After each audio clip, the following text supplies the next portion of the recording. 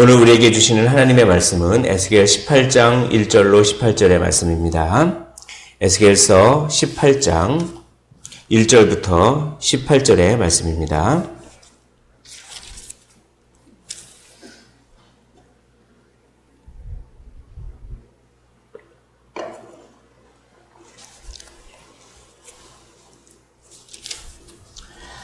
다 찾으신 줄로 알고 우리 한 절씩 교독하시고 마지막 절 함께 읽도록 하겠습니다. 또 여호와의 말씀이 내게 임하여 이르시되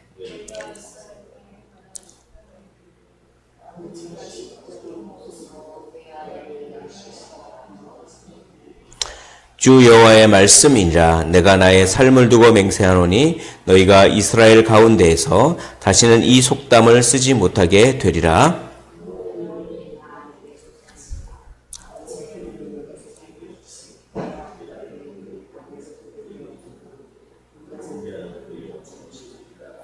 사람이 만일 의로워서 정의와 공의를 따라 행하며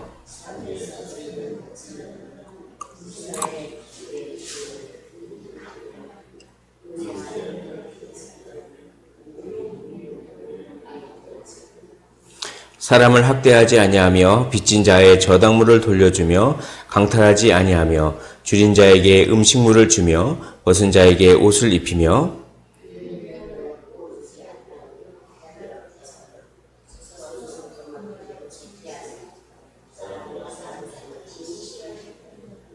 내 율례를 따르며 내 규례를 지켜 진실하게 행할진대 그는 의인이니 반드시 살리라. 주 여호와의 말씀이니라.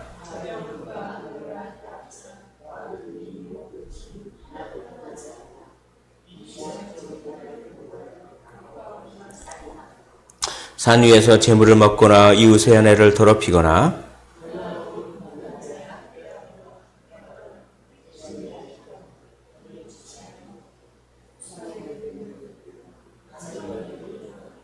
별일을 위하여 꾸어주거나 이자를 받거나 할진대 그가 살겠느냐? 결코 살지 못하리니 이 모든 가증한 일을 행하였은즉 반드시 죽을지라. 자기의 피가 자기에게로 돌아가리라.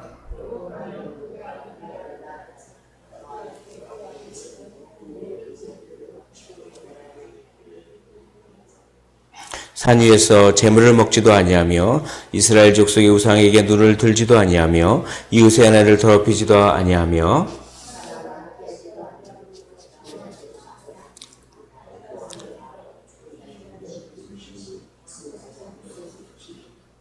손을 금하여 가난한 자를 압제하지 아니하며 별리나 이자를 받지 아니하여 내 규례를 지키며 내 율례를 행할진대 이 사람은 그의 아버지의 죄악으로 죽지 아니하고 반드시 살겠고 그의 아버지는 심히 포악하여 그 동족을 강탈하고 백성들 중에서 선을 행하지 아니하였으므로 그는 그의 죄악으로 죽으리라. 아멘.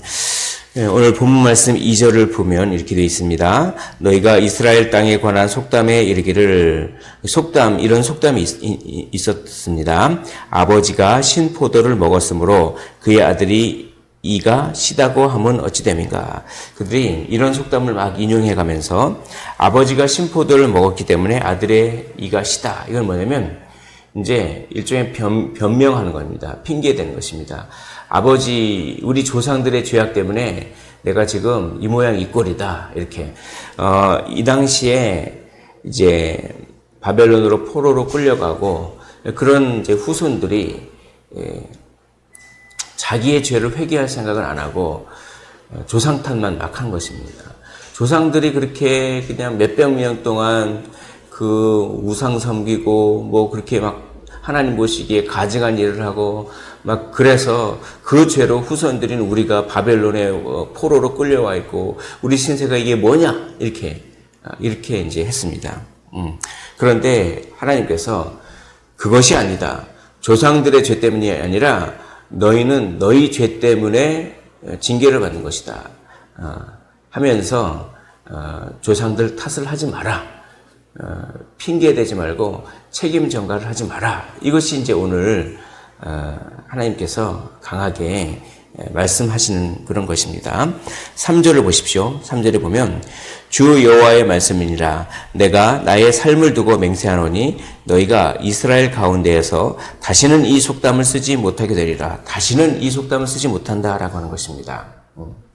바로 너희들의 징계는 너희들의 죄 때문이다. 또 아버지들의 징계는 그러니까 너희 조상들의 징계는 그 조상들의 죄 때문이다. 내가 다 공평하게 그것을 할 것인데 심판할 것인데 괜히 핑계대서 우리는 잘하고 있는데 우리 조상들의 죄 때문에 그렇게 된다라고 핑계하지 말라. 자기 합리화하지 말라. 책임 전가하지 말라. 이런 얘기입니다. 4절에 그렇게 되어 있습니다. 모든 영혼이 다 내게 속한지라. 아버지의 영혼도 내게 속함과 같이 그의 아들의 영혼도 내게 속하였나니 범죄하는 그 영혼은 죽으리라. 아버지의 영혼도 내게 속했고 아들의 영혼도 내게 속했기 때문에 그 범죄하는 영혼은 그 범죄에 따라서 내가 아들이 됐든 아버지가 됐든 조상이 됐든 내가 그렇게 하겠다. 그러니까 조상 탓하지 말라. 이 선악과를 따먹자마자 바로 생긴 것이 죄가 싹 들어오면서 생긴 것이 다 뭡니까? 책임 전가가 누가 가르쳐 주지도 않았는데 바로 생깁니다. 그래서 하나님께서 그렇게 아니 이 하와 때문에 내가 따먹었습니다.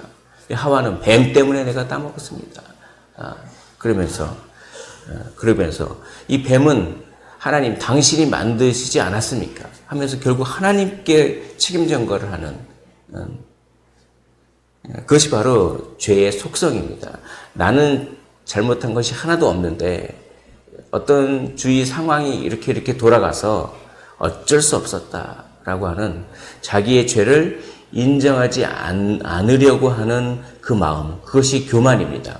자기의 죄를 인정하지 않으려고 하는 것이 교만이고 그 교만의 가장 그 보편적으로 나타나는 행태가 자기 합리화, 핑계, 또 책임 전가 이런 것들이 다 그런 교만의 어떤 모습입니다. 이렇게 자기를 합리화하고 책임 전가하고 조상 탓하고 그러면 정말 가장 중요한 것을 할 수 없습니다. 가장 중요한 것이 무엇입니까? 회개입니다. 회개. 그러니까 아무리 실수해도 하나님은 회개하면 그것을 용서해 주시고 그런 분인데 자기 합리화하고 책임 전가하고 조상 탓하고 환경 탓하고 어떤 사람 탓하고 그렇게 탓하면 회개할 기회를 잃어버립니다. 그래서 어떻게 합니까? 오히려 징계를 심판을 더 자초하는 것입니다. 그러므로 오늘 본문은 누구를 탓하지 말고 먼저 자기를 돌아보라. 먼저 자기를 돌아보라. 이것이 나의 뜻이다. 실수할 수 있다. 너희들이 연약한 것을 내가 잘한다. 그러나 탓하지 말고 먼저 자기를 돌아봐라. 그러면 회개할 것이다. 회개의 기회가 주어질 것이고 그러면 나와의 관계가 다시 회복될 것이 아니냐. 그런데 왜 그렇게 남 탓을 하고 있느냐. 이것이 오늘 에스겔을 통하여서 하나님께서 우리에게 들려주시는 그런 것입니다. 그러면서 5절에 보십시오. 사람이 만일 의로워서 정의와 공의를 따라 행하며 라고 하면서 6절부터 쭉 나옵니다. 자, 산 위에서 재물을 먹지 아니하며 이스라엘 족속의 우상에게 눈을 들지 아니하며 그러니까 종교적으로 아주 잘 그렇게 말씀을 잘 지키는 것입니다. 또 이웃의 아내를 더럽히지 아니하고 월경 중에 있는 여인을 가까이 하지 아니하며 사람을 학대하지 아니하며 이건 뭡니까? 이것은 사회적인 영역에서 의로운 그런 인간관계 속에서 또 빚진 자의 저당물을 돌려주며 강탈하지 아니하며 줄인 자에게 음식물을 주며 벗은 자에게 옷을 입히며 별일을 위하여 구워주지 아니하며 이자를 받지 아니하며 이건 뭡니까? 경제적인 그런 어떤 영역에서 의로운 그런 것입니다. 또 뭡니까? 사람과 사람 사이에 진실하게 판단하며 이건 사법정입니다. 법의 판단을 누구는 봐주고 누구는 안 그러고. 이게 사법적인 영역에서, 그러니까 종교적인 영역에서 하나님과의 관계죠. 종교적인 영역에서, 사회적인 영역에서, 경제적인 영역에서, 사법적인 영역에서 누가 어떤 한 사람이 의로우면 그 사람은 의롭기 때문에 내가 살려준다. 9절. 내 율례를 따르며 내 규례를 지켜 진실하게 행할진대 그는 의인이니 반드시 살리라. 그렇습니다. 그런데 그 의인의 아들이 있었습니다. 10절. 가령 그가 아들을 낳았다 하자라고 하면서 그 의인의 아들이 있었는데 그 아들이 그 이 모든 선은 하나도 행하지 아니하고 이 죄악 중에 하나를 범하여 강포하거나 살인하거나 하면서 그 의인의 아들이 있다고 해서 아버지가 의롭다고 해서 자동적으로 그 아들도 의로워지는 것은 아니다라고 하는 것입니다. 아버지가 의롭지만 아들이 만약에 악을 하면 자기가 지은 악 때문에 심판하겠다. 이런 얘기입니다. 또 14절 보십시오. 14절 보면 또 가령 그가 아들을 낳았다 하자. 이건 뭡니까? 아버지가 악인입니다. 그런데 아버지가 악인인데 아들이 의로운 행동을 할 수가 있습니다. 그 아들이 그 아버지가 행한 모든 죄를 보고 두려워하여 그대로 행하지 아니하고 라고 하면서 아버지의 악을 행하지 아니하면 그 악인의 아들은 조상의 죄 때문에 심판받는 것이 아니라 자기의 의 때문에 산다 이것입니다. 다 무슨 말입니까? 남 탓하지 말고 자기를 돌아보라는 것입니다. 자기의 의 때문에 살고 자기의 죄 때문에 죽는다라고 하는 것입니다. 근데 여기 보면 하나님께서 말씀하시는데 6절부터 9절까지 우상에게 눈을 들지 말고 이웃의 아내를 더럽히지 말고 뭐 월경 중에 있는 여인을 가까이 하지 말고 사람을 학대하지 아니하고 이 얘기를 계속 반복합니다. 계속 11절에도 산 위에서 재물을 먹거나 이웃의 아내를 더럽히거나 가난하고 궁핍한 자를 학대하거나 계속 15절에 보면 산 위에 재물을 먹지도 아니하고 이스라엘 족속의 우상에게 눈을 들지도 아니하고 사람을 학대하지도 아니하고 뭐 이런 식으로 쭉 그냥 이런 것들은 반복하지 않고 앞에서 나온 얘기인데 그냥 생략할 수도 있는데 이 얘기를 계속 반복하는 이것은 이 저자의 의도가 있습니다. 뭐냐면 이 얘기를 계속 들으면서 이 중에 하나라도 너희들이 스스로 돌아볼 곳이 있는지를 계속 얘기하는 것입니다. 예. 우상은 무엇입니까? 하나님보다 더 좋아하는 것입니다. 하나님보다 더 관심 있는 것입니다. 하나님보다 더 좋아하는 것을 내가 어떻게 할 수가 있습니까? 내가 돈 쓰는 거 보면 압니다. 하나님을 위해서 돈 쓰는 것, 다른 것을 위해서 돈 쓰는 것, 또 시간을 쓰는 걸 보면 압니다. 하나님을 위해서 시간 쓰는 것, 아니면 다른 것을 위해서 시간 쓰는 것, 내가 얼마나 관심을 많이 기울이느냐, 그런 것들을 보면 내가 우상을 섬기느냐, 이걸 체크할 수가 있는 것입니다. 또 사회적인 영역에서 가족 간에, 친구 간에, 직장 동료 간에 관계가 어떠한지, 나의 관계가 어떠한지 그렇게 돌아보라는 것입니다. 특별히 나는 힘이 없다, 힘이 없어서 맨날 이렇게 당한다, 뭐 그러신 분들은 이거를 한번 돌아봐야 됩니다. 침묵입니다. 침묵이 일종의 폭력입니다. 자기가 육체적으로 힘이 없기 때문에 대신 침묵하는 것. 우리 하나님께서는 화평케 하는 자는 복이 있나니 이렇게 말씀하셨습니다. 적극적으로 인간관계를 회복하기 위해서 적극적으로 노력하라고 하는 건데 그러지 않고 침묵의 폭력을 휘둘리지는 않았는지 뭐 이런 것들도 체크해 볼 수가 있는 것입니다. 또 경제적으로 정말 이렇게 정당한 방법으로 경제 활동을 하는지 이런 것들도 체크해 보고 이렇게 삶의 모든 영역에서 한번 먼저 돌아보라는 것입니다. 그렇게 이렇게 계속 똑같은 얘기를 계속 반복하면서 그렇게 들려주심으로 인해서 너희들 조상 탓하지 말고 내가 계속해서 이렇게 죄 이런 목록들을 내가 계속해서 얘기하는데 너희들 정말 너희들의 삶을 한번 돌아보라. 핑계 댈 수 있느냐라고 이렇게 우리 하나님께서 오늘 우리에게 또 그 당시 에스겔의 독자들에게 이렇게 이야기하고 있는 것입니다. 사랑하는 성도 여러분, 마귀는 죄를 인정하지 못하게 합니다. 죄를 인정하지 못하게 함으로써 하나님으로부터 멀어지게 하는 것이 너 정도면은 잘하고 있어.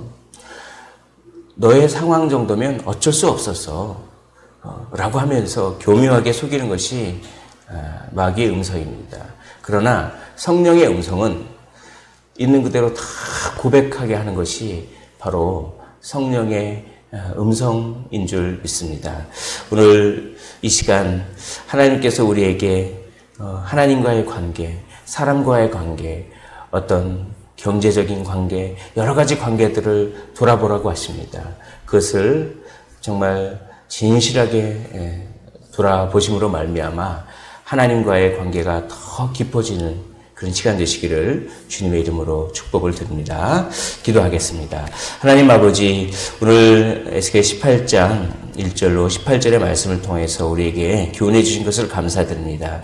하나님, 책임 전가하고 자기 합리화와 핑계하는 이런 마음들이 혹시 우리에게 있는지 한번 우리 자신을 돌아보기를 원합니다. 하나님, 그것이 교묘한 마귀의 속임수라고 하는 것을 깨닫고 하나님, 우리 자신을 진실하게 돌아와서 주님께 정말 우리 자신을 내어 드릴 수 있는 그런 삶을 살게 하여 주시옵시고, 하나님 아버지, 우리의 모든 분야, 정말 종교적이고 사회적이고 경제적이고 그 모든 우리의 삶 속에서 하나님 정말로 하나님이 기뻐하시는 일을 행할 수 있는 우리의 삶이 될 수 있도록 은혜를 베풀어 주시옵소서. 감사를 드리며 살아계신 예수 그리스도 이름으로 기도하옵나이다. 아멘.